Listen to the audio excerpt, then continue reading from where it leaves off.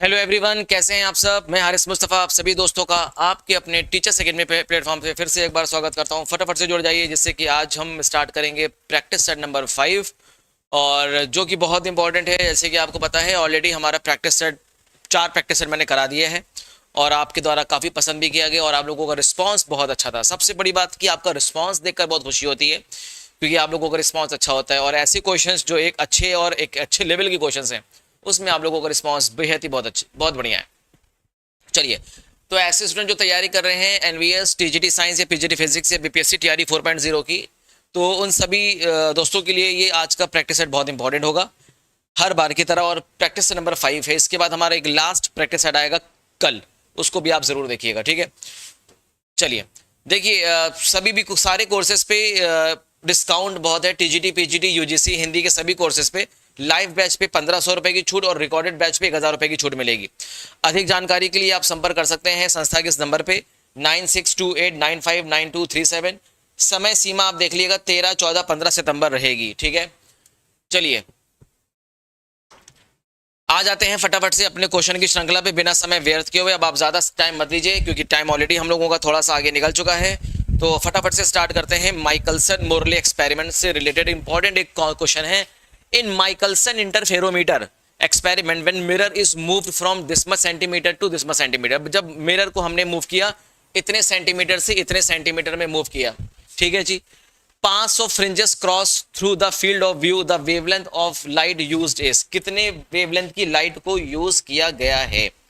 अब आपको यहाँ पे ये बताना है कि कितने वेवलेंथ की लाइट को यूज किया गया है। बहुत आसान क्वेश्चन है।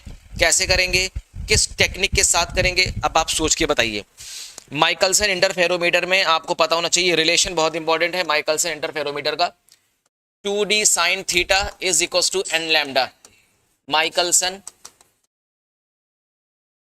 इंटरफेरोमीटर। अब यहाँ पे d क्या है, ये है डिस्टेंस मूव्ड। अब डिस्टेंस मूव कितना है, d है आपका 2.3410 सेंटीमीटर से 2.326 है। तो 2.3260 माइनस 2.3410। अब इसको आप माइनस कर लीजिए और सॉरी यहाँ पे cos थीटा होगा, माफ करिए, यहाँ पे cos थीटा होगा और यहाँ पे थीटा बराबर कितना है 0 डिग्री है। तो यहाँ पे cos थीटा की वैल्यू हो जाएगी 1 और n क्या है, n आपके है नंबर ऑफ फ्रिंजेस, 500 फ्रिंजेस हैं, लैम्डा निकालना है। बिल्कुल तत्काल करिए फटाफट से। तो माइनस करके बताइए इसका माइनस कितना आ जाएगा। तो 2 मल्टीप्लाई बाय, बताइए माइनस कितना आ जाएगा, 2 multiply bye. Good evening everyone, good evening सबको, गुड इवनिंग सबको, गुड इवनिंग। चलिए इसको माइनस करिए। जब आप इसको माइनस करेंगे तो आपको मिलेगा 0.15 multiply by cos 0 degree 1 is equal to 500 multiply by lambda. अब यहाँ पे लैम्डा नहीं निकाल पाएंगे क्या, 2 multiply by 0.015 divided by 500। Simplify करिए बिल्कुल फटाक से सिंप्लीफाई करिए और बताइए कितना आ जाएगा। खूब तेजी से करिए, कैलकुलेशन करना पड़ेगा भाई, आपको कैलकुलेशन करना पड़ेगा। ये आ जाएगा आपका 6000 into 10 to the power -10 metre. अब इसको आप एंगस्ट्रॉम में लेना चाहें तो एंगस्ट्रॉम में ले लीजिएगा। लैम्डा बराबर आ जाएगा 6000 एंगस्ट्रॉम। पता होना चाहिए एक एंगस्ट्रॉम बराबर होता है 10 टू द पावर -10 मीटर। तो भैया वेवलेंथ कितनी है, कौन सी वेवलेंथ यूज की गई है, 4000 एंगस्ट्रॉम की वेवलेंथ यूज की गई है इंटरफेरोमीटर के एक्सपेरिमेंट में। आसान है, इजी है, ठीक है ना। बस आपको याद क्या रखना है, आपको कुछ इंपॉर्टेंट रिलेशन है जो जरूर से याद रखना पड़ेगा। 2d cos थीटा बराबर n लैम्डा। यहाँ पे लैम्डा है वेवलेंथ यूज, n है नंबर ऑफ फ्रिंजेस, थीटा है एंगल जिस डायरेक्शन में उसको डिस्प्लेस किया गया है, ठीक है। d है आपका डिस्टेंस मूव, जितना डिस्टेंस मूव हो रहा है, इजी है। चलिए आगे चलते हैं। तो ऑप्शन ए जिसका भी सही है उन सब सारे दोस्तों का ऑप्शन ए, जिन्होंने मार्क किया उनका सबका ऑप्शन सही है। When a movable mirror of Michelson interferometer moves a distance 100 micrometer, a shift of 500 fringes is observed. What will be the wavelength of used light? अब ये तो भाई वाला क्वेश्चन आ गया फिर से, बताइए कैसे करेंगे। Michelson interferometer बताएं। When a movable mirror of Michelson interferometer moves a distance 100 μm, मतलब माइक्रोमीटर की डिस्टेंस को मूव किया गया है, कितने डिस्टेंस को मूव किया गया है, इतने माइक्रोमीटर की डिस्टेंस को मूव किया गया है। तो बस फॉर्मूला आपको याद होना चाहिए, 2d cos theta is equal to n lambda, 2 multiply by d कितना है, d है 100 वो भी माइक्रोमीटर में है, 10⁻⁻⁶ लगा दीजिए। थीटा बराबर 90 डिग्री है, तो ये हो जाएगा 1। और कितनी फ्रिंजेस मिल रही हैं? 500 फ्रिंजेस मिल रही हैं मल्टीप्लाई बाय लैम्डा। देखिए सेम क्वेश्चन है, इसलिए अब आप लोग खुद कर लेंगे तो कोई ज्यादा दिक्कत नहीं है। 2 इंटू 10⁻⁻4 हो जाएगा, डिवाइडेड बाय 500 हो जाएगा। ये आपका हो जाएगा 2/5 इंटू 10⁻⁻6, तो ये आपका हो जाएगा 0.4 माइक्रोमीटर। 0.4 माइक्रोमीटर आएगा क्या? या आप इसको एंगस्ट्रॉम में ले लो तो ज्यादा बेहतर है। इन्होंने एंगस्ट्रॉम में लिया है तो आप भी एंगस्ट्रॉम में ले लिए, कोई दिक्कत नहीं। कैसे करेंगे एंगस्ट्रॉम में? ये आप कर सकते हैं 0.4 मल्टीप्लाई बाय 1000 और 4 0 लगा दीजिए, इंटू 10⁻⁻10 कर दीजिए, है ना। 10,000 से भाग 10,000 से गुणा करेंगे तो ये हमने गुणा कर दिया, भाग करेंगे तो ऊपर चला जाएगा। तो ये आपका हो गया 4000 एंगस्ट्रॉम। कितना हो जाएगा? 4000 एंगस्ट्रॉम। तो जिसका भी आंसर 4000 एंगस्ट्रॉम है उन सबका आंसर बिल्कुल ठीक है। आंसर मार्क करना पड़ेगा आप लोगों को। आंसर आप लोग मार्क करके देखिए कि कितना क्वेश्चन कर पा रहे हैं, क्योंकि सारे क्वेश्चंस बहुत इंपॉर्टेंट है। और माइकलसन इंटरफेरोमीटर पे एक क्वेश्चन आपको 101% देखने को मिलेगा, वो भी पीजीटी लेवल पे।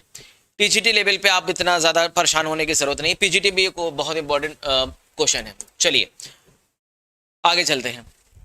N achromatic combination of two thin lens, दो थिन लेंस के हमें एक्रोमेटिक कॉम्बिनेशन बताना है।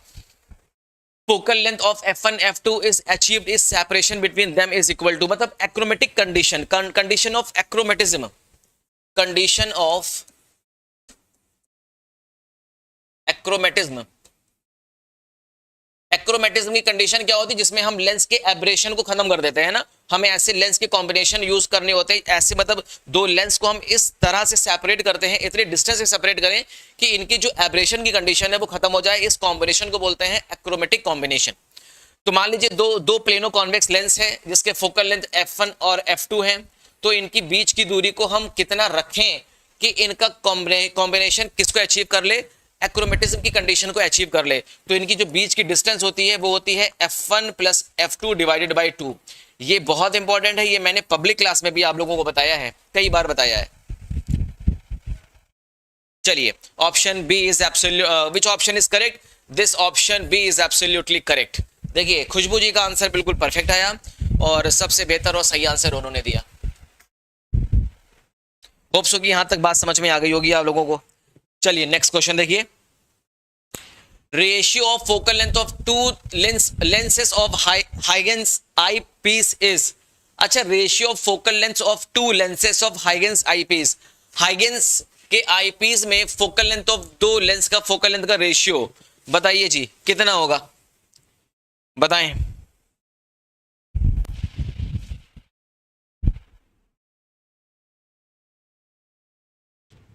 Ratio of focal length of two lenses of Huygens eyepiece, Huygens के आईपीस में दो लेंसेस के बीच का फोकल लेंथ का रेशियो क्या होगा, बताइए, बोलिए फटाफट से कितना होगा? 3f and f, 3f and f। पूछिए क्यों होगा? क्योंकि इनके बीच की डिस्टेंस को हमने कैसे सेपरेट करना है? 3f plus f divided by 2, तो ये आपका हो जाएगा 4f divided by 2 that is 2f, है कि नहीं? तो आप दो लेंस हैं, एक लेंस का फोकल लेंथ 3f रखो और दूसरे लेंस का फोकल लेंथ f रखो, और इन दोनों को अगर 2f डिस्टेंस पे अगर सेपरेट करेंगे तो इन दोनों की कॉम्बिनेशन को जो एब्रेशन की कंडीशन है वो खत्म हो जाएगी, है ना। चलिए तो कैसे हम लोग इनके लेंस का फोकल लेंथ का रेशियो क्या रखेंगे? 3f is to f, 3f is to f, मतलब आप कह सकते हैं 3:1। तो क्या रखेंगे? 3:1। Option C is absolutely correct.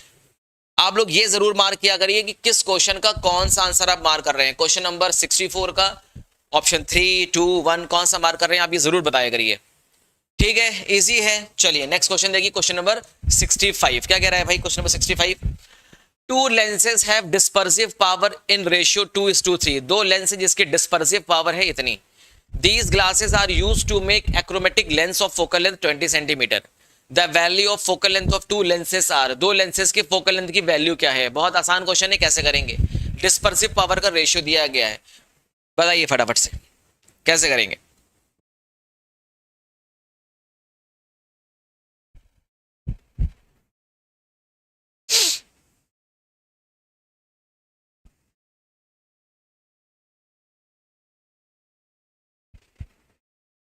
अरे dispersive power of achromatic lens की डिस्पर्सिव पावर आपको पता होनी चाहिए, बहुत इंपॉर्टेंट क्वेश्चन है ये। Dispersive power of achromatic lens combination, achromatic lens के कॉम्बिनेशन का डिस्क्रिप्टिव पावर क्या होती है आपको पता होना चाहिए। Omega 1 upon omega 2 is equal to minus F1 upon F2।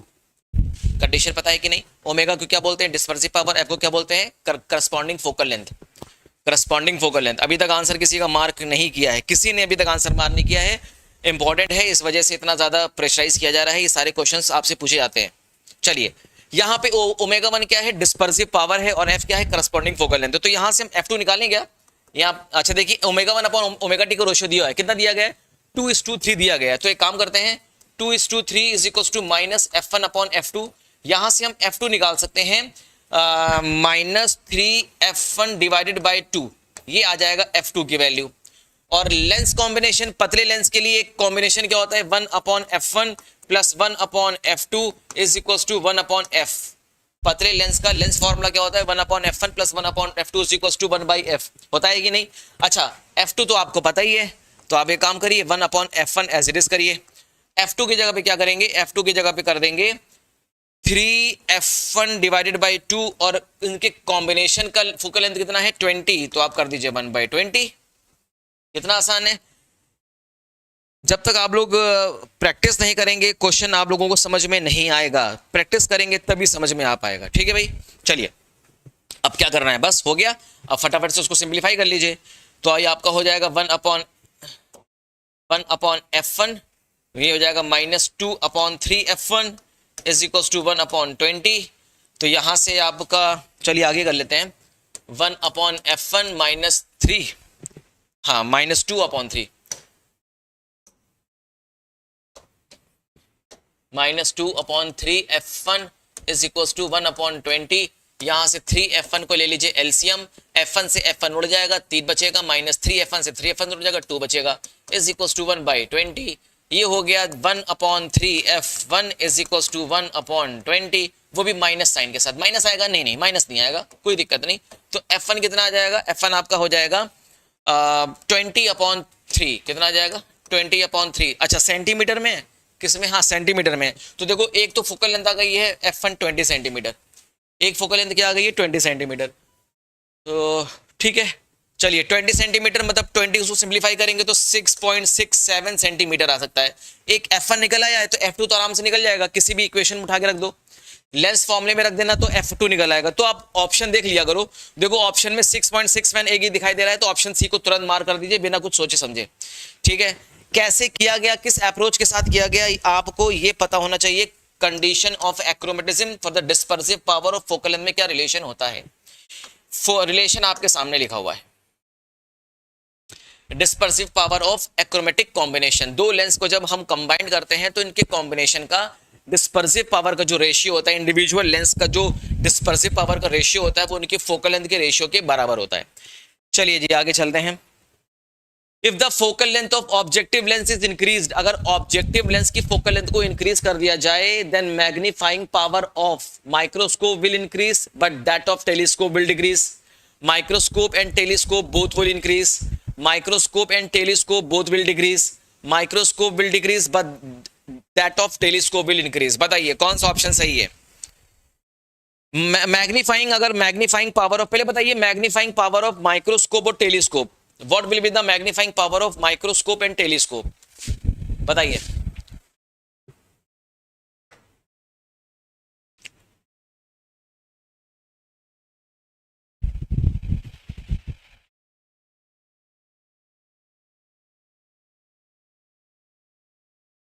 चलिए देखिए, ये सारे क्वेश्चंस इंपॉर्टेंट हैं, जैसे मैं आपको पहले ही बता चुका हूं। पहले देखिए मैग्नीफाइंग पावर ऑफ माइक्रोस्कोप,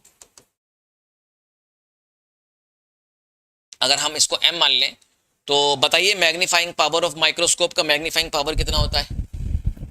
अभी तक किसी ने भी नहीं बताया। चलिए कोई बात नहीं, हम बता देते हैं। ये होता है L upon F not multiply by D upon F E. F not क्या है? Objective focal length. एफ ई क्या है? आईपीस का फोकल लेंथ, डी क्या है, डिस्टेंस बिटवीन देम, इनके बीच का क्या है, डिस्टेंस है। आसान है, इजी है, कुछ भी टफ नहीं है। चलिए अब बस आपको दिखाई दे रहा है कि जो माइक्रोस्कोप का जो मैग्निफिकेशन है वो किस पे डिपेंड कर रहा है, ऑब्जेक्ट के फोकल लेंथ पे और आईपीस के फोकल लेंथ की इनवर्सली प्रोपोर्शनल है। अब कह रहा है कि the focal length of objective lens की फोकल लेंथ को अगर हम बढ़ाएंगे तो माइक्रोस्कोप का मैग्निफिकेशन डिक्रीज करेगा। तो यहां से एक बात समझ में आती है कि अगर ऑब्जेक्टिव लेंस के फोकल लेंथ को इंक्रीज करेंगे तो मैग्निफिकेशन क्या करेगा, डिक्रीज करेगा। बोलिए करेगा कि नहीं। तो ये तो बात हो गई माइक्रोस्कोप के केस में। अब यहीं से अगर आप देखिए तो आप आंसर मार्क कर सकते हैं, अब यहीं से आंसर मार्क करना चाहें तो कर सकते हैं।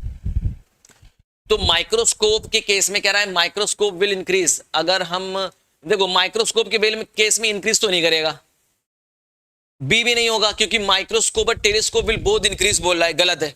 मतलब ऑप्शन ए भी गलत है, ऑप्शन बी भी गलत है। अच्छा इसमें देखिए कह रहा है कि microscope will decrease but that of telescope will increase. चलिए करके देखते हैं, समझ में आता है। ये तो माइक्रोस्कोप का मैग्नीफाइंग पावर था। 66 का आंसर दिया है डी, बहुत बढ़िया। देखिए मनीष पांडे जी ने सबसे बेहतर आंसर दिया है और खुशबू पांडे जी का आंसर सबसे करेक्ट आंसर निकला है, एब्सोल्युटली करेक्ट। टेलीस्कोप का मैग्नीफाइंग पावर क्या होता है, मैग्नीफाइंग पावर ऑफ टेलीस्कोप बताइए, मैग्नीफाइंग पावर ऑफ टेलीस्कोप। मान लीजिए मैग्नीफाइंग पावर को हम एमसीडी नोट करें तो क्या होता है, F O upon F E. F O है objective focal length, F E है आईपीस का फोकल लेंथ। आसान है, समझ में आ रहा है, कोई दिक्कत तो नहीं है ना। अब देखिए एफ ओ क्या है, ऑब्जेक्टिव फोकल लेंथ, यही बोल रहा है कि focal length of objective lens is increase. अगर ऑब्जेक्टिव लेंस की फोकल लेंथ को बढ़ाएंगे तो टेलीस्कोप का मैग्निफिकेशन क्या होगा, बढ़ेगा। इसका मतलब माइक्रोस्कोप के केस में जब ऑब्जेक्टिव फोकल लेंथ को बढ़ाएंगे, मतलब ऑब्जेक्टिव लेंस की फोकल लेंथ को बढ़ाएंगे तो इसका मैग्निफिकेशन डिक्रीज करेगा, बट टेलीस्कोप के केस में उसका मैग्निफिकेशन इंक्रीज करेगा। तो option D is absolutely correct. चलिए बहुत बढ़िया आंसर दिया है मनीष पांडे, खुशबू जी ने। नेक्स्ट चलते हैं क्वेश्चन, बताइए समझ में आ गया, इसमें कोई कंफ्यूजन तो नहीं है। चलिए बहुत बेहतर, नेक्स्ट क्वेश्चन। क्वेश्चन नंबर देखिए आपके सामने है 67। Law of refraction was given by, अपवर्तन का नियम दिया गया था मैक्सवेल, हैगेन्स, न्यूटन, स्नेल। किसने दिया था बताइए, बहुत आसान है, ये तो बहुत आसान है। Snell's law. Snell's law, Snell's law क्या बोलता है, स्नेल्स लॉ बोलता है अगर हमारे पास दो अलग अलग मीडियम हैं और दोनों मीडियम किसी इंटरफेस से, मतलब एक इमेजिनरी लाइन से अलग होते हैं, इसको बोलते हैं इंटरफेस। क्या बोलते हैं, इंटरफेस, जो दो मीडियम को पृथक करता है।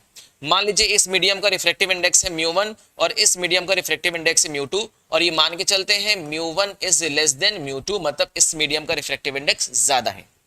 एक लाइट की रेस आएगी, जब किसी इंटरफेस पे टकराएगी, टकराने के बाद यहाँ पे हम क्या बनाते हैं, एक नॉर्मल ड्रॉ करते हैं जो एक इमेजिनरी लाइन होती है which is perpendicular to the interface surface and passing through the point of incidence.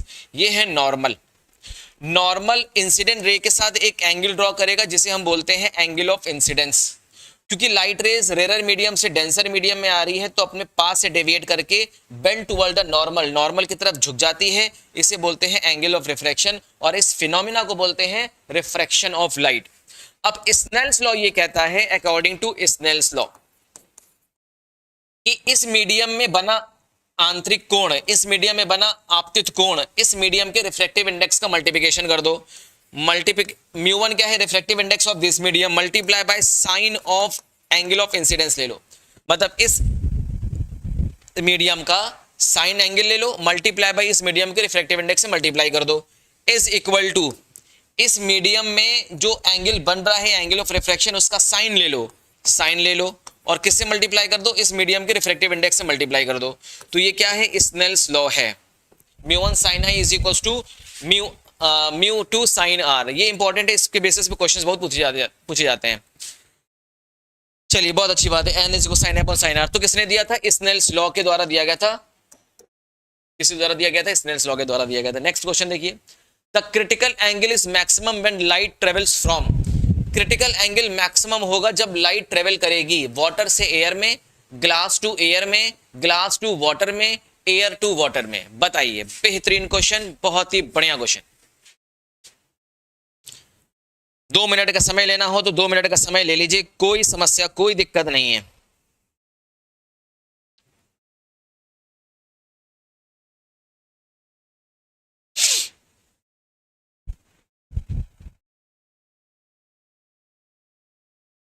सबसे पहले तो आपको ये पता होना चाहिए कि अलग अलग मीडियम की जो रिफ्रैक्टिव इंडेक्स है वो क्या होता है। अगर मान लीजिए हम एयर की बात करें तो एयर का रिफ्रैक्टिव इंडेक्स 1 होता है, वाटर का रिफ्रैक्टिव इंडेक्स कितना होता है 1.33 होता है, और ग्लास का रिफ्रैक्टिव इंडेक्स कितना होता है अप्रॉक्सीमेट 1.5 होता है, और डायमंड का रिफ्रैक्टिव इंडेक्स कितना होता है, ये होता है 2.4।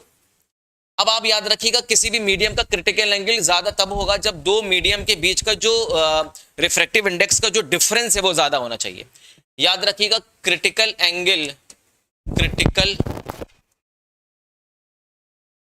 Critical angle is directly proportional to difference in refractive index, difference in refractive index. इसका मतलब क्रिटिकल एंगल तब ज्यादा होगा जब दो मीडियम के रिफ्रैक्टिव इंडेक्स में डिफरेंस ज्यादा होगा। अब आप बताइए किन दो मीडियम के बीच में डिफरेंस ज्यादा हो सकता है, किस दो मीडियम के बीच में डिफरेंस बहुत ज्यादा होगा, आप खुद सोच के बताइए, बताइए। अच्छा ऑप्शन आना स्टार्ट हो गया है। 68 का A, water to air, glass to air, glass to water, air to water. देखिए एयर टू वाटर तो होगा ही नहीं, यहां पे तो क्रिटिकल एंगल बनने ही वाला नहीं है। वाटर टू एयर हो सकता है, ग्लास टू एयर हो सकता है, ग्लास टू वाटर हो सकता है। अच्छा एक बात बताइए, अगर वाटर टू एयर की बात करें, वाटर से एयर की बात करें तो वाटर से एयर में रिफ्रैक्टिव इंडेक्स का डिफरेंस कितना है 0.33। अच्छा ग्लास टू एयर की बात करें, चलिए ग्लास टू एयर की बात करें तो रिफ्रैक्टिव इंडेक्स का डिफरेंस कितना है 0.5 है। अब कह रहा है glass to water, glass to water, चलिए ग्लास से वाटर में हम चले गए। जब हम ग्लास से वाटर में जाएंगे तो 1.50 को 1.33 से आप क्या कर दीजिए, माइनस कर दीजिए, माइनस करिए, कितना हो जाएगा, ये आपका हो जाएगा 0.17, 0.17। बताइए है कि नहीं। अब आराम से कर लेंगे। वाटर टू एयर,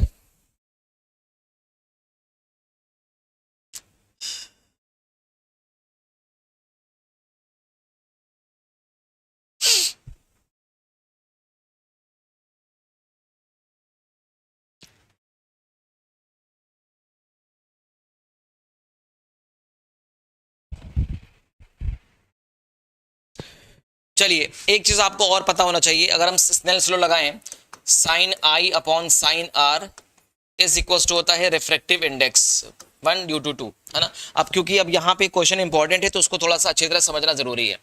जैसे मान लीजिए आपका ये कोई मीडियम है, लेट सपोज एयर ले लेते हैं, और यहाँ पे हम ग्लास ले लेते हैं, चलिए कोई दिक्कत नहीं है, और लाइट रेज कहाँ से जा रही है, ग्लास से एयर में जा रही है, तो आपका ये हो गया एक नॉर्मल मान लीजिए, ठीक है। और हमने एक ऐसा एंगल ऑफ इंसिडेंस ले लिया है जिसके लिए angle of reflection become 90 degree, तो इस एंगल ऑफ इंसिडेंस को हम क्या बोलते हैं, क्रिटिकल एंगल बोलते हैं, क्रिटिकल एंगल बोला जाता है। अब यहाँ पे अगर हम स्नेल्स लॉ लगाएं तो स्नेल्स लॉ क्या कहता है, यहाँ का अगर रिफ्रैक्टिव इंडेक्स जी है तो यहाँ का म्यू जी हो गया, यहाँ का रिफ्रैक्टिव इंडेक्स म्यू ए होगा, ठीक है जी। क्रिटिकल एंगल को हमने ले लिया sine of theta C multiply by यहाँ का refractive index mu G is equal to यहाँ का refractive index mu A multiply by sine of 90 degree. कितना एंगल बनना है, 90 डिग्री बनना है। इसमें समझ में आ गई, कोई दिक्कत नहीं है। तो साइन ऑफ थीटा सी बराबर हो जाएगा mu A upon mu G, क्या हो जाएगा, mu A upon mu G हो जाएगा। बताइए अब ये mu A upon mu G को क्या हम कर सकते हैं, 1 upon refractive index of glass with respect to air कर सकते हैं क्या। इसका मतलब थीटा सी क्रिटिकल एंगल ज्यादा तब होगा जब इस दोनों का रिफ्रैक्टिव इंडेक्स का रिलेटिव रिफ्रैक्टिव इंडेक्स कम होगा। ये भी बहुत इंपॉर्टेंट है, याद रखिएगा। इसमें पता होना चाहिए थीटा जैसे जैसे बढ़ता जाएगा साइन की वैल्यू बढ़ती जाएगी, ठीक है ना। तो theta C is maximum if relative refractive index is minimum, अगर रिलेटिव रिफ्रैक्टिव इंडेक्स मिनिमम होगा तो जिसका रिलेटिव रिफ्रैक्टिव इंडेक्स मिनिमम होगा उसका थीटा सी ज्यादा होगा, है कि नहीं। अब यहां पे आपको क्या कह रहा है, the critical angle is maximum when the light travels from. अब आप बताइए किसका रिफ्रैक्टिव इंडेक्स, किसका रिलेटिव रिफ्रैक्टिव इंडेक्स कम होता है, जिसका रिलेटिव रिफ्रैक्टिव इंडेक्स कम होगा उसके लिए क्रिटिकल एंगल ज्यादा बनेगा, ठीक है जी। बताइए बताइए कैसे करेंगे, थोड़ा सा दिमाग लगाना पड़ेगा। वो एक काम करते हैं, पहले हम लोग निकालते हैं ग्लास किसका किसका निकालते हैं, वाटर से एयर का, ग्लास से एयर का। पहले चीज निकालते हैं वाटर टू एयर निकालते हैं। तो ये कैसे निकलता है, refractive index of water with respect to refractive index of air. Water का रिफ्रैक्टिव इंडेक्स कितना होता है, 1.33 डिवाइडेड बाय 1 दैट इज 1.33 होता है। इसी तरह से मान लीजिए अगर हम निकालें refractive index of glass with respect to air, तो ये होता है mu G upon mu A. Glass का refractive index 1.5 upon 1 that is 1.5। Clear है क्या? अच्छा, अगर मान लीजिए हम रिफ्रैक्टिव इंडेक्स निकालते हैं ग्लास का विद रिस्पेक्ट टू वाटर, है ना, ग्लास का विद रिस्पेक्ट टू वाटर, क्योंकि ये लाइट रेस कहाँ जा रही है, ग्लास से वाटर में जा रही है। तो ग्लास से वाटर में जा रही है लाइट रेस, ठीक है। तो refractive index of glass with respect to water, तो क्या करेंगे इसके लिए, refractive index of glass divided by refractive index of water, ऐसे करेंगे।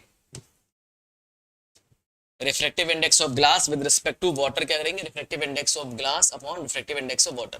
अच्छा, ग्लास का रिफ्रैक्टिव इंडेक्स है 1.55 और इसका रिफ्रैक्टिव इंडेक्स है 1.33। अच्छा, इनका जो रेशियो आएगा वो काफी कम आएगा, इनका रेशियो काफी कम आएगा ना, इनका रेशियो आएगा 0.86 समथिंग, मतलब कुछ इतना कम आएगा। अब आप देखिए इनका रिफ्रैक्टिव इंडेक्स का जो रिलेटिव रिफ्रैक्टिव इंडेक्स कम आ रही है, इसका मतलब इनके लिए जो क्रिटिकल एंगल वो ज्यादा होगा, इनके लिए जो क्रिटिकल एंगल होगा वो ज्यादा होगा। तो इसका मतलब ग्लास से अगर लाइट रेज ग्लास से वाटर में जाएगी तो उसके लिए क्रिटिकल एंगल क्या होगा, वो ज्यादा होगा। तो ग्लास से वाटर का केस सबसे इंपॉर्टेंट होगा, जब लाइट रेज ग्लास से वाटर में जाएगी तो उसके लिए क्रिटिकल एंगल ज्यादा होगा, ठीक है। वाटर टू एयर नहीं होगा, वाटर टू एयर नहीं होगा, इस बात को जरूर समझिए, इस बात को सर ये इंपॉर्टेंट है ये, ठीक है। तो ध्यान रखिए critical angle is directly proportional to difference in refractive index, या आप इसको ऐसे भी कह सकते हैं कि TIR जो टोटल इंटरनल रिफ्लेक्शन का फिनोमेना होने के लिए जितना ज्यादा डिफरेंस इन रिफ्रैक्टिव इंडेक्स में अंतर जितना ज्यादा होगा उतना ज्यादा TIR का फिनोमेना आपको देखने को मिलेगा, ठीक है। लेकिन जब आप कंपेयर करेंगे किसका क्रिटिकल एंगल ज्यादा है, तो आप इस तरह से आप थोड़ा ध्यान रखेंगे तो आपको ज्यादा समझ में आएगा। तो ये है एक इंपॉर्टेंट कॉन्सेप्ट, इसको आप ध्यान से रखिए, ये बहुत इंपॉर्टेंट है। Theta C is inversely proportional to refractive index of this medium to respect to this medium. तो कौन सा ऑप्शन सही है, option C is absolutely correct. Now question number 69, come to the question number 69। चलिए क्या कह रहा है, with the decrease in prism angle, with the decrease in prism angle the angular dispersion between red and violet rays increases, decreases, does not change, depends on the incident light। बताइए अब ये क्या होता है भाई, एंगुलर डिस्पर्जन क्या होता है। अच्छा बताइए, जब कोई लाइट रेस का डिस्पर्जन होता है, जब लाइट रेस का डिस्पर्जन होता है, तो मान लीजिए एक इंसिडेंट लाइट रेस आ रही है, यहां से टकरा रही है, नॉर्मल है, लाइट रेस ऐसे चली गई, अगेन नॉर्मल बना दिया आपने, आपने क्या बना दिया, अगेन बना दिया नॉर्मल। तो यहाँ से लाइट रेस का डिस्पर्जन, यहाँ से लाइट रेस का डिस्पर्जन होना स्टार्ट हो जाता है और अलग अलग कलर की लाइट रेस क्या होती है, डिस्पर्ज हो जाती है। तो सबसे नीचे कौन सी लाइट होती है, वायलेट, और सबसे ऊपर कौन सी होती है, रेड, होती है कि नहीं। तो एंगुलर डिस्पर्जन, इसको बोलते हैं एंगुलर डिस्पर्जन थीटा। क्या बोलते हैं, एंगुलर डिस्पर्जन थीटा, ठीक है। कोई कंफ्यूजन, कोई दिक्कत, चलिए बहुत अच्छी बात है। अब लाइट रेस अगर मान लीजिए इसको हम पीछे की तरफ मिला दें, तो ये जो एंगल बनता है इसे बोलते हैं एंगल ऑफ डेविएशन। तो एंगल ऑफ डेविएशन को हम किस तरह से लिखते हैं, angular dispersion is equal to delta V minus delta R, ये होता, इसे बोलते हैं एंगुलर डिस्पर्जन, एंगुलर डिस्पर्जन। ये क्या होता है, वॉयलेट कलर के लिए angular dispersion minus red colour के लिए एंगुलर डिस्पर्जन, तो आपको दिखाई दे रहा है। इसको थीटा को हम क्या बोलते हैं, सिग्मा से भी डिनोट करते हैं। तो ये है angular dispersion del V minus del R, ठीक है। चलिए देखते हैं, let's see let's see let's see, easy है, समझ में आ रहा है, कोई कंफ्यूजन तो नहीं है।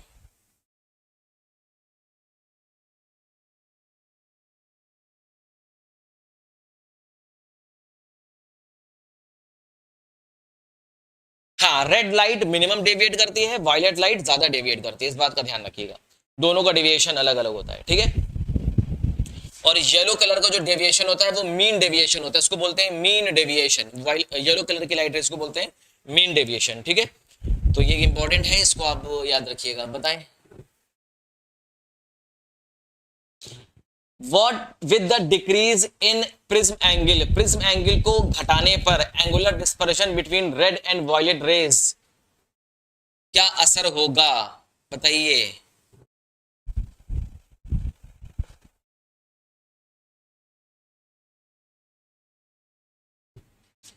अरे भैया एंगुलर डिस्पर्जन पे इफेक्ट किसका पड़ता है? सिर्फ इंसिडेंट एंगल का पड़ता है। Depend on incident angle, incident angle. Prism angle के घटाने बढ़ाने से कोई फायदा नहीं है। इसके किससे डिपेंड करता है? सिर्फ और सिर्फ इंसिडेंट एंगल पे डिपेंड करेगा डिस्पर्जन, एंगुलर डिस्पर्जन। तो depends on the incident angle only, याद रखिएगा। Option D is correct.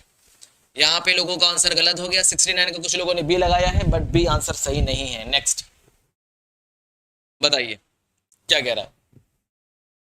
Reverberation times for hall which has total absorption equivalent to 100 square metre of open window is 4 second. Audience present in the hall increases absorption by another 100 square metre of open window, reverberation time will be. बताइए भैया, अच्छा question है ये, कैसे करेंगे बताएं?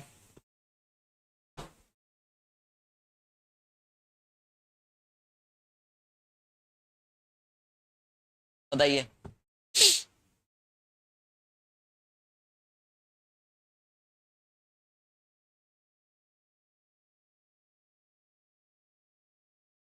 अच्छा, क्या रहा है? रिवर्बरेशन, देखिए एब्जॉर्प्शन इक्विवेलेंट कितना है? 100 स्क्वायर मीटर पे फॉर द ओपन विंडो, और 4 सेकंड में।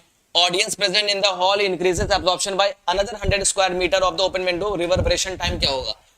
तो देखिए यहाँ पे सबसे इंपॉर्टेंट, यहाँ पे टोटल एरिया कितना होगा? टोटल एरिया बताइए, टोटल एरिया कितना होगा? 100 सेंटीमीटर स्क्वायर, 100 मीटर स्क्वायर और 100 मीटर स्क्वायर, तो ये 200 मीटर स्क्वायर का टोटल एरिया हो गया। अब आपको पता है कि area multiply by hall time is equal to constant, ये आप जानते हैं। Area multiply by hall time is equal to constant. तो हम इसको A1 T1 is equal to A2 T2 कर देंगे, तो कोई दिक्कत वाली बात तो है नहीं। कोई दिक्कत है? बताएं फटाफट से। कोई दिक्कत नहीं है। अब अगर मान लीजिए अगर एरिया 100 मीटर स्क्वायर होगा तो उस समय कितना टाइम था? 4 सेकेंड का हॉल टाइम था। अब एरिया अगर A2 कर दे, एरिया A2 मतलब 200 अगर कर दें तो हॉल टाइम कितना होगा? T2 निकाल लो फटाफट से, है ना। एरिया डबल कर दिया, एरिया बढ़ गया तो हॉल टाइम कितना होगा? निकाल लो फटाफट से। तो T2 बराबर कितना हो जाएगा? ये हो गया 400 डिवाइडेड बाय 200, कितना हो जाएगा? 2 सेकेंड।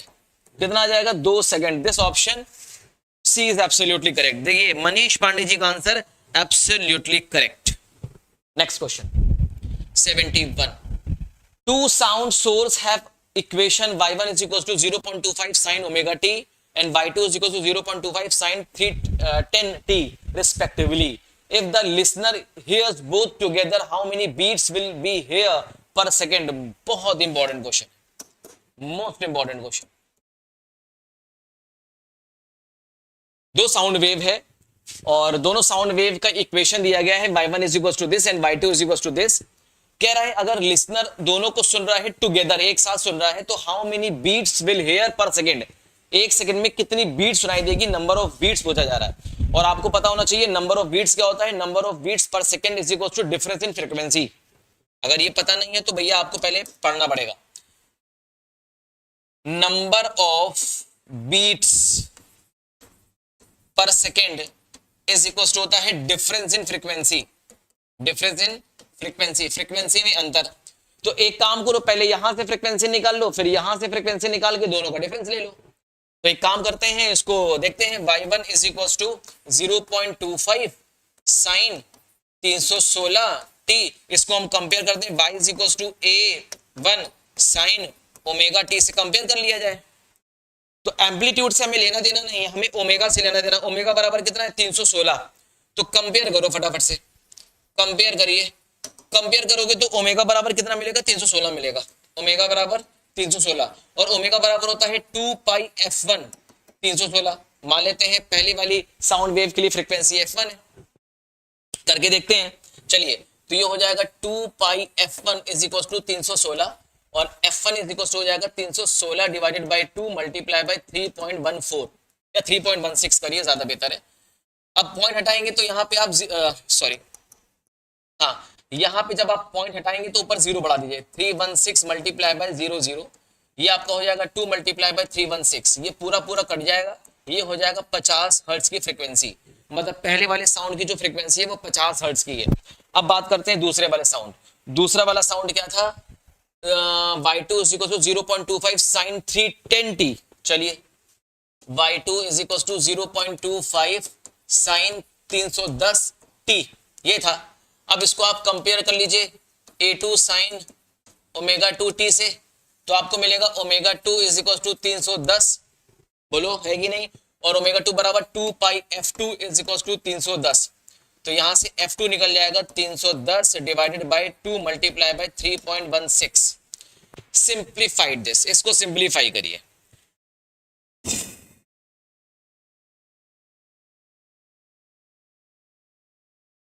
सिंप्लीफाई करिए।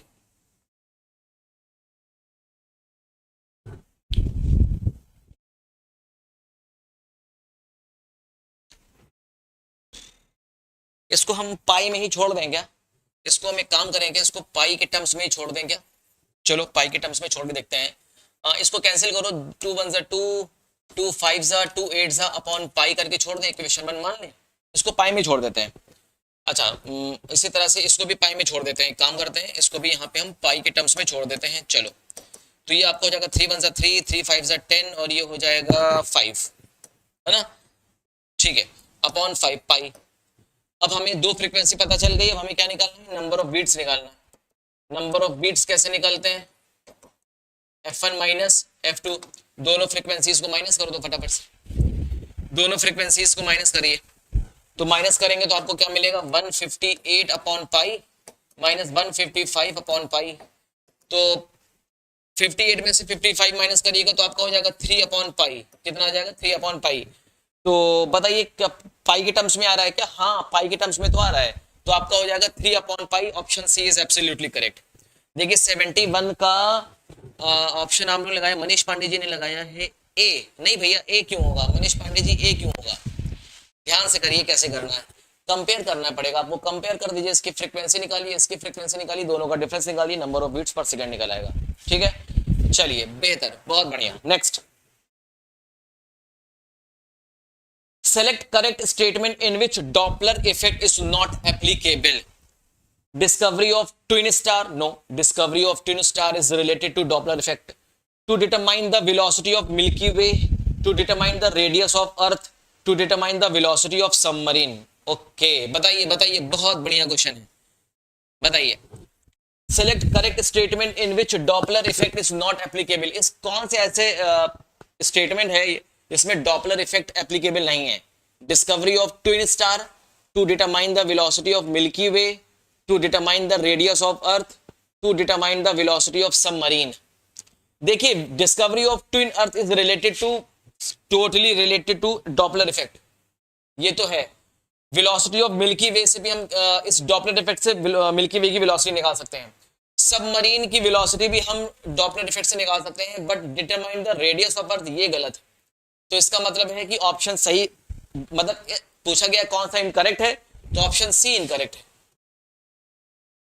अभी तक आंसर किसी का नहीं आया है, देखिए एक समस्या वाली बात है, आंसर आप लोग नहीं कर रहे हैं। Question number 73, in going from surface of charge metallic sphere toward the centre of the sphere the electric field. In going from surface of charge metallic sphere, charge metallic sphere है, एक metallic sphere कैसी है आपकी? Charge metallic sphere है। Toward the centre of the sphere, sphere के centre पे अगर आप आगे की तरफ बढ़ रहे हैं तो पूछा जाए द इलेक्ट्रिक फील्ड क्या होगी? Increase, decrease, remain same as at the surface, is zero everywhere. बढ़िया क्वेश्चन है, फटाफट से बताइए कैसे करेंगे। बहुत इजी है, बहुत इजी है। देखिए, एक मेटेलिक सरफेस, जब आप किसी मेटेलिक बॉडी को चार्ज करते हैं ना, तो पूरा चार्ज उसके सरफेस पे रिसाइड कर जाता है, इसके अंदर के वॉल्यूम में चार्ज नहीं जाता, तो इलेक्ट्रिक फील्ड अंदर क्या होती है? जीरो हो जाती है। इसी को बोलते हैं फेराडे केज। क्या बोलते हैं? फेराडे केज या फेराडे शेल्डिंग बोलते हैं, इलेक्ट्रोस्टैटिक शेल्डिंग भी बोलते हैं। इसे क्या बोलते हैं? इलेक्ट्रोस्टैटिक शेल्डिंग, इलेक्ट्रोस्टैटिक शेल्डिंग, और इसे फेराडे केज भी बोला जाता है। याद रखिएगा, फेराडे केज, फेराडे केज इसी पे बेस्ड है। Faraday cage is based on this important topic. Metallic surface को आप चार्ज दो, पूरा चार्ज इसके सरफेस पे आ जाएगा, चार्ज अंदर जा नहीं पाएगा, तो अंदर इलेक्ट्रिक फील्ड क्या हो जाएगी? जीरो। बट पोटेंशियल जीरो नहीं होता। पोटेंशियल क्या होता है? सेम। जितना सरफेस पे पोटेंशियल होगा उतना अंदर पोटेंशियल होगा। याद रखिएगा, किसी मेटेलिक सरफेस के जितना सरफेस पे पोटेंशियल होता है उतना अंदर पोटेंशियल होता है। ठीक है, याद रखिएगा। तो विच ऑप्शन इज करेक्ट? अभी तक आप लोगों को आंसर नहीं आया, option D is absolutely correct, is zero everywhere. बताइए, क्लियर, इजी है, समझ में आ गया, कोई कंफ्यूजन? चलिए आगे चलते हैं। A 16 Newton crate rest on the rough horizontal surface. एक 60 न्यूटन का क्रेट है जो रेस्ट पे पड़ा हुआ है on a rough horizontal surface. 21 newton horizontal force is applied on it. 21 newton का हॉरिजॉन्टल फोर्स उस पे लगाया गया। If the coefficient of friction are mu s बराबर 0.5, म्यू के बराबर 0.4, the magnitude of frictional force on the crate is. Crate पर frictional force का मैग्नीट्यूड क्या होगा? बताइए भैया, कैसे करेंगे? इजी क्वेश्चन है भाई। एक कह रहा है कि एक ब्लॉक है 60 न्यूटन है, मतलब ये इसका क्या है, वेट, और वेट कितना है, 60 न्यूटन। अच्छा, इसका मतलब नॉर्मल रिएक्शन कितना है, 60 न्यूटन है, क्योंकि ये ऊपर नीचे कहीं भाग नहीं रहा है। दूसरी बात, static coefficient of static friction दे रहा है 0.5 and coefficient of kinetic friction दे रहा है 0.4। और ये पता होना चाहिए static friction is always greater than kinetic friction होता है। किसी बॉडी को चलाना मुश्किल है, लेकिन एक बार बॉडी चल जाए तो फिर फ्रिक्शन कम हो जाता है ना। फिर इतना ज्यादा उस बॉडी को मोशन में बनाए रखने के लिए फिर आपको फोर्स की जरूरत नहीं है। बॉडी को चलाना बहुत जरूरी होता है, बॉडी को चलाने के लिए ज्यादा फोर्स की रिक्वायरमेंट होती है। अच्छा, कह रहा है कि एक 21 न्यूटन हमने एक बल दिया, हमने इसको कितना दिया, 21 न्यूटन का एक फोर्स दिया। तो बताइए फ्रिक्शन फोर्स कितना होगा? भाई बहुत आसान है, फ्रिक्शन फोर्स कैसे निकालेंगे? स्टैटिक फ्रिक्शन क्या होता है, म्यू एस एन। क्या होता है, म्यू एस एन। अच्छा, स्टैटिक फ्रिक्शन कोएफिशिएंट कितना है, 0.5। नॉर्मल रिएक्शन कितना है, 60। तो ये कितना हो जाएगा, 6 पंजे 30, ये हो जाएगा 30 न्यूटन। तो स्टैटिक फ्रिक्शन कितना है, 30 न्यूटन। मतलब स्टैटिक फ्रिक्शन में टॉलरेट करने की लिमिट कितनी है, 30 न्यूटन तक है। मतलब जो हम बाह्य बल लगा रहे हैं 30 न्यूटन तक, तो वो चुपचाप पड़ी रहेगी, क्योंकि स्टैटिक फ्रिक्शन कितना, 30 न्यूटन तक टॉलरेबल है। 30 न्यूटन के बाद बॉडी चलना स्टार्ट करेगी। 30 न्यूटन पे body is about to start, शुरू होने वाली होगी, चलना शुरू करेगी। तो इसका मतलब है कि अगर हम इस पे 21 न्यूटन का फोर्स लगाएंगे तो फ्रिक्शन फोर्स कितना हो जाएगा, 21 न्यूटन हो जाएगा। क्योंकि आपको पता है स्टैटिक फ्रिक्शन इज एडजस्टेबल, ये अपनी वैल्यू को क्या करता है, एडजस्ट करता है। तो याद रखिएगा स्टैटिक फ्रिक्शन कितना हो जाएगा, 21 न्यूटन हो जाएगा। क्लियर है? अगर हम मान लीजिए बाह्य बल 25 न्यूटन का लगा दें तो स्टैटिक फ्रिक्शन 25 न्यूटन हो जाएगा। बाह्य बल 28 न्यूटन का लगाते हैं, स्टैटिक फ्रिक्शन 28 न्यूटन का हो जाएगा।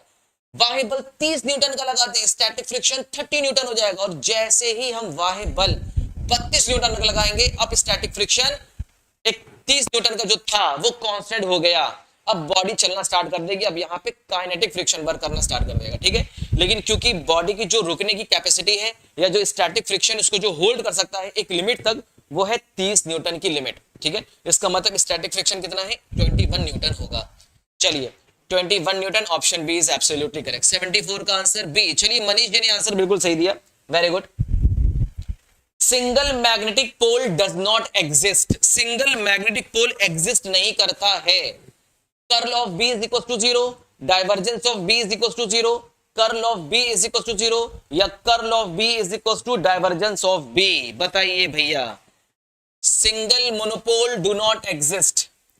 Single monopole do not exist.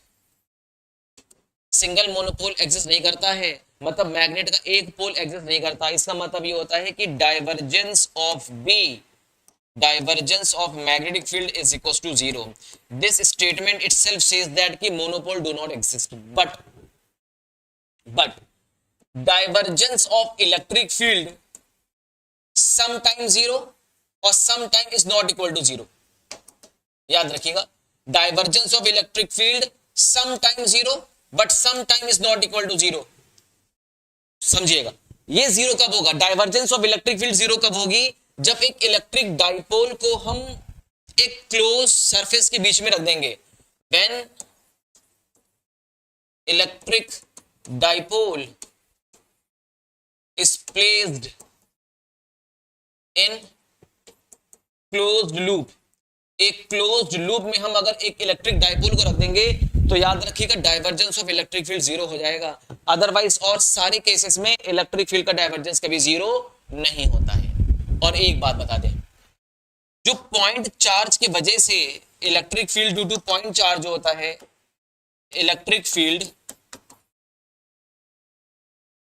Due two point charge की वजह से जो इलेक्ट्रिक फील्ड होती है वो कंजर्वेटिव नेचर की होती है, कंजर्वेटिव नेचर की होती है। But time varying magnetic field से जो time varying electric field produce होती है वो कंजर्वेटिव नेचर की नहीं होती है। बट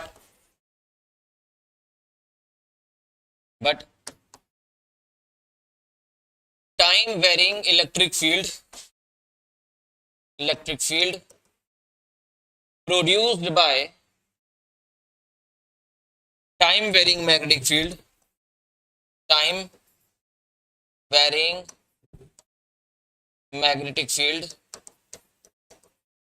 is not conserved, वो कंजर्व नहीं होती है, इस बात का ध्यान रखिएगा। So divergence of B is equal to zero, option B is absolutely correct. बहुत बढ़िया आंसर दिया है, वेरी गुड। चलिए next question. In coplanar vectors, coplanar vector A is equal to इतना, B इज इक्वल टू इतना, C is equal to इतना, the value of unknown A in C will be if three vectors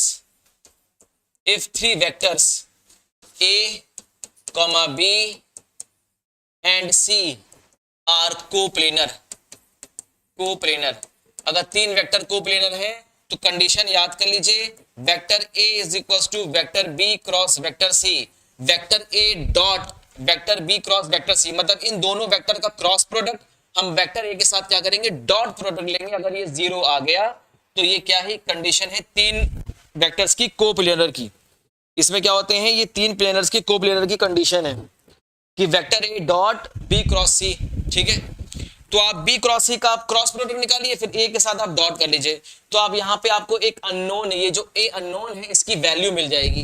फटाफट से करके बताइए इस unknown की value कितनी आएगी। इसी तरह से करिएगा, इसी तरह से करेंगे तो आपको अननोन की वैल्यू कितनी मिलेगी, बताइए फटाफट से कितनी मिलेगी।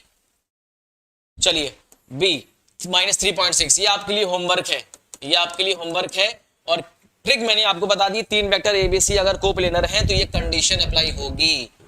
पहले तो B क्रॉस C निकालिए, कुछ वेक्टर मिल जाएगा, फिर उसको आप A के साथ डॉट प्रोडक्ट कर दीजिएगा, बराबर जीरो कर दीजिएगा, तो आपको अननोन की वैल्यू मिल जाएगी। ठीक है जी। चलिए नेक्स्ट क्वेश्चन देखिए।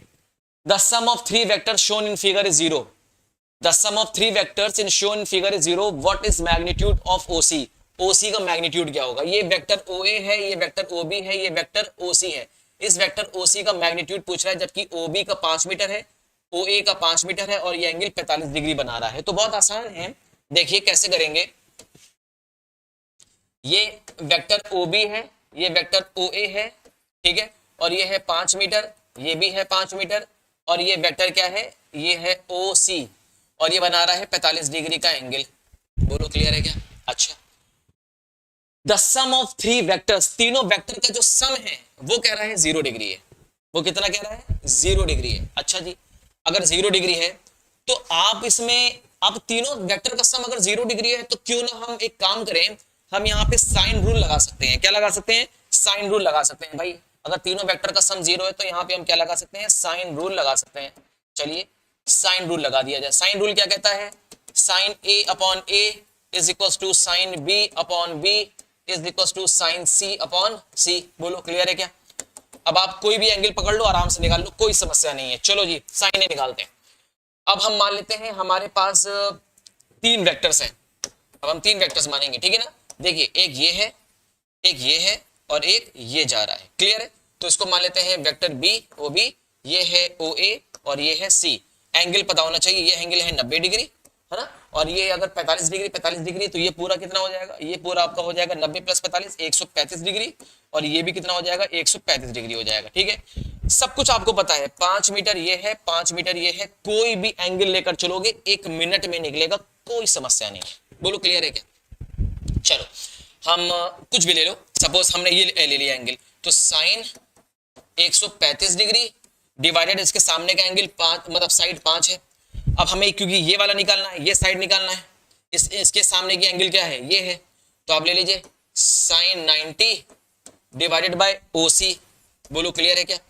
अब तो बहुत हारा, अब तो ये क्वेश्चन हलवा हो गया। साइन 90 कितना होता है 1, और साइन 135 मतलब साइन 90 प्लस 45, और साइन 90 प्लस थीटा क्या होता है, साइन 90 प्लस थीटा में all sine tan cot, all sine, sine positive मतलब जाएगा sine 90 plus theta cos 45 degree, और cos 45 डिग्री कितना होता है, cos 45 degree divided by 5 is equals to 1 upon OC. यहां से ओसी निकाल लो फटाफट से, ओसी आपका हो जाएगा cos 45 आपका होता है 1 अपॉन रूट 2, ये हो जाएगा 5 रूट 2। बताओ कितना हो जाएगा, 5 रूट 2। तो आ गया 5 root 2, option D is correct. बहुत बेहतर आंसर दिया है मनीष पांडे जी का, जबरदस्त answer, very good, absolutely correct. Now next कह रहा है कि match list vector combination with list two physical quantities and choose correct answer using code given below from the list 1 list 2। Scalar mass, vector torque, scalar product velocity, vector product work done. तो choose करिए इसमें कौन सा क्या पूछ रहा है, तो फ्रॉम लिस्ट करेक्ट आंसर बताना है, मतलब इसमें कौन सा आंसर करेक्ट है आपको ये बताना है, ए बी सी डी में बताना है विच ऑप्शन इज करेक्ट। बताइए बताइए फटाफट कौन सा आंसर करेक्ट है।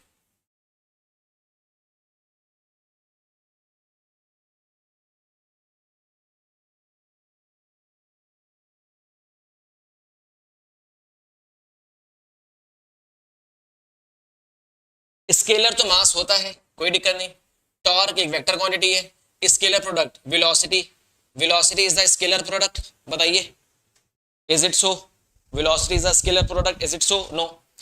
तो इसका मतलब स्केलर प्रोडक्ट है आपका वर्क डन और वेक्टर प्रोडक्ट है वेलोसिटी। मतलब आप कह सकते हैं ए बी डी सी, है ना। मतलब ए के सामने है 1, अब देखो ना यार, ए के सामने है 1, बी के सामने है 2, और सी के सामने है 4, और डी के सामने है 3।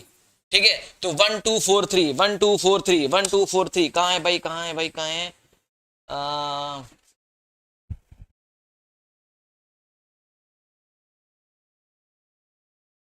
टॉर्क।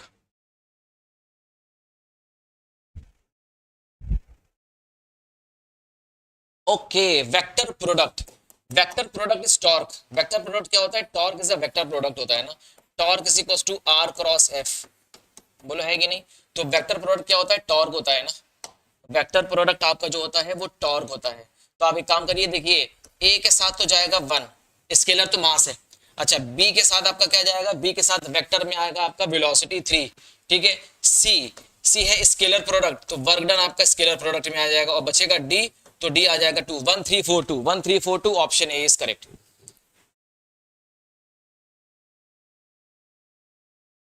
चलिए वेरी गुड, नेक्स्ट देखिए, what will be the degree of freedom for a rigid body having n particles? What will be the degree of freedom for a rigid body having n particles? अगर किसी भी rigid body में n particles है तो उसकी degree of freedom कितना होगा, बताइए कितना डिग्री ऑफ फ्रीडम होगा।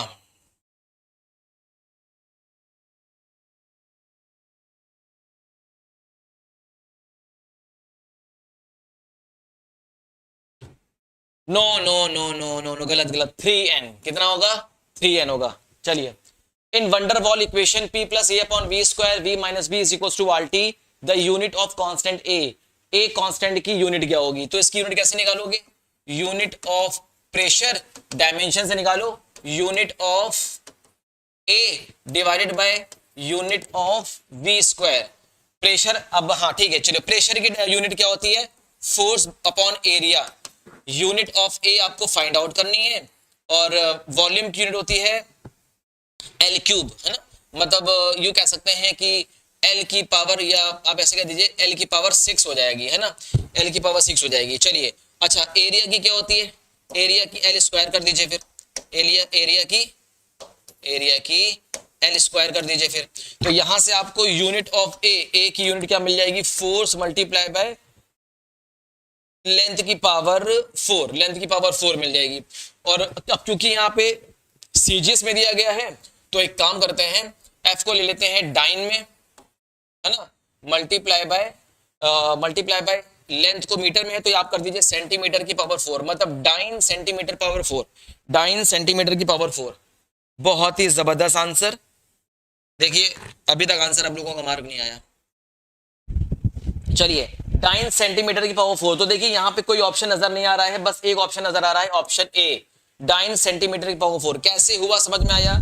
ये हो गया न्यूटन, फोर्स की हो गई न्यूटन, ये हो गई मीटर की पावर 4, सीजीएस में चेंज कर दो 9 सेंटीमीटर की पावर 4। होप्स होगी यहाँ तक आपको समझ में आ गया होगा, और होप्स हो कि आपको क्वेश्चंस, काफी क्वेश्चंस आपने सॉल्व किए होंगे और क्वेश्चन का लेवल भी आपको समझ में आया होगा। इसी तरह से क्वेश्चंस आपको देखने को मिलेगा, और तब तक के लिए अपनी तैयारी करते रहिए, पढ़ाई करते रहिए। All the very best.